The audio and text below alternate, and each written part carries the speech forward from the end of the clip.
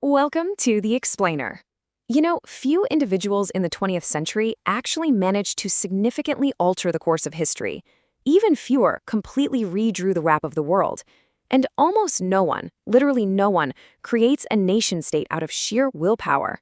But today's subject, Muhammad Ali Jinnah, well, he did all three. But here is the historical puzzle that makes him so incredibly compelling. How does a man who started his political career as the absolute champion of unity end up dividing an entire subcontinent? Seriously, how does an impeccably dressed, highly westernized lawyer become the founder of an Islamic republic? In this explainer, we're going to walk through the astonishing transformation of Muhammad Ali Jinnah. Let's dive in. Section 1. The London Barrister. Born into a wealthy merchant family, Jinnah's early profile might actually surprise you. He traveled to England, trained at Lincoln's Inn, and became deeply inspired by 19th century British liberalism. We're talking thinkers like Bentham and Mill. He was remarkably driven, becoming the youngest British Indian to be called to the bar at just 19 years old. And this early version of Jinnah? He favored the Western world immensely. He completely abandoned local garb, owned a wardrobe of over 200 Savile Row suits, and prided himself on never wearing the same silk tie twice. There's even a story that on his deathbed, he flat out refused to travel in his pajamas. It was all about the presentation for him. Section 2. Ambassador of Unity. So, in his early years with the Indian National Congress, Jinnah vehemently favored Hindu-Muslim unity as the core path to achieve self-government. He was held in such incredibly high regard by his peers that leaders like Gopal Krishna Gokhale and Sarojini Naidu famously dubbed him the best ambassador of Hindu-Muslim unity. It was a title he really embodied at the time. And the absolute peak of these unity efforts? That would be the 1916 Lucknow Pact. Acting as president of the Muslim League, Jinnah brought the League and the Indian National Congress together to the negotiating table. He successfully set quotas for Muslim and Hindu representation.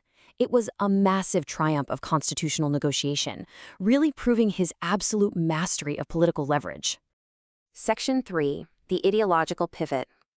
Now, the political winds in British India were shifting, bringing a stark contrast that changed absolutely everything. On one side, you have Jinnah. He's favoring English, wearing those Western suits, and firmly believing that self-government should be secured strictly through constitutional legal means. On the other side, a rising star named Mohandas Gandhi.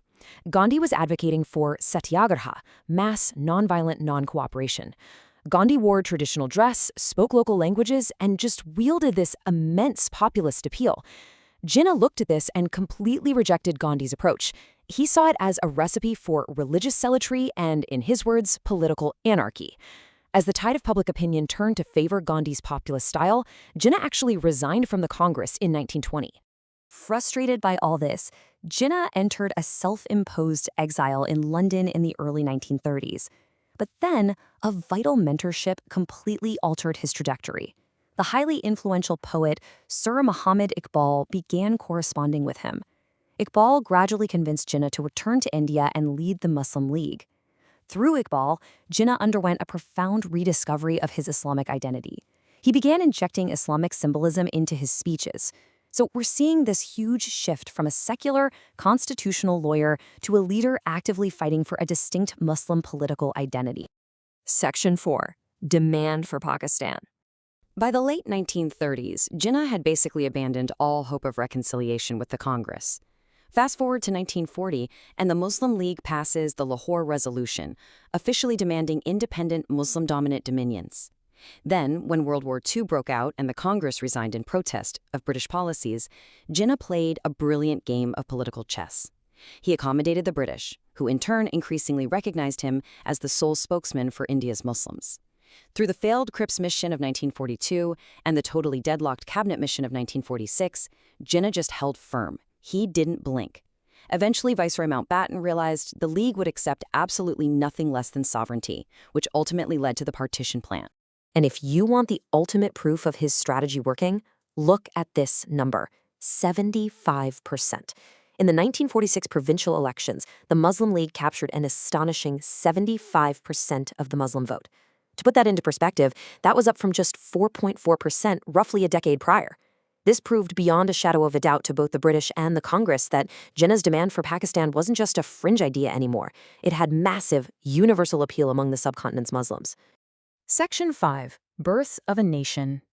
But behind the scenes of this enormous political triumph is a staggering piece of dramatic irony. While Jinnah was negotiating the fate of literally millions of people, he was secretly dying. He was battling advanced tuberculosis. He hid this condition from both the British and the Congress, knowing full well that if it became public, his political leverage would totally collapse. Years later, Mountbatten actually admitted that had he known Jinnah was terminally ill, he would have simply stalled negotiations in hopes of averting partition altogether. So Jinnah was literally racing against his own mortality to ensure Pakistan's creation. As we know, though, the birth of the nation was incredibly painful.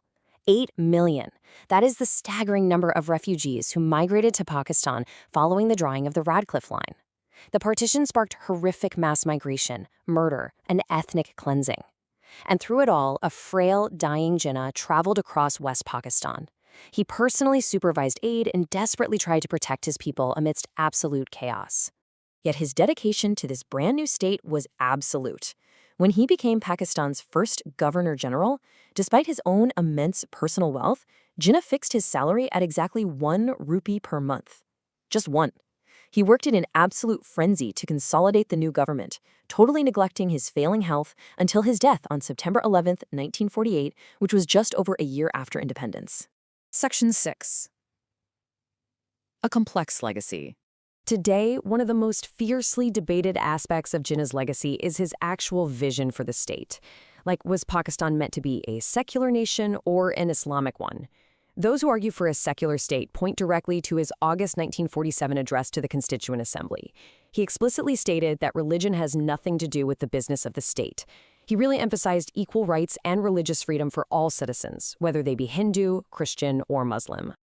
But, and this is a big but, just a few months later, in a February 1948 radio broadcast, he stated that the Constitution would embody the essential principles of Islam. Now, historians note this ambiguity might have been a deliberate, calculated political strategy. He needed the support of vastly diverse groups, from highly liberal Muslims to very traditional clerics, just to build the nation. And this very tension, it remains absolutely central to Pakistan's identity even today. So to summarize what we've unpacked in this explainer, Jinnah basically achieved the impossible. He altered the global map and willed an entire nation into existence. In Pakistan, he is deeply revered as the Quaid Azam, or great leader. Yet right across the border in India, and among many global historians, his legacy remains deeply polarizing and heavily contested. He was a man of strict constitutional law who ended up overseeing one of the most chaotic partitions in human history. It's quite the paradox.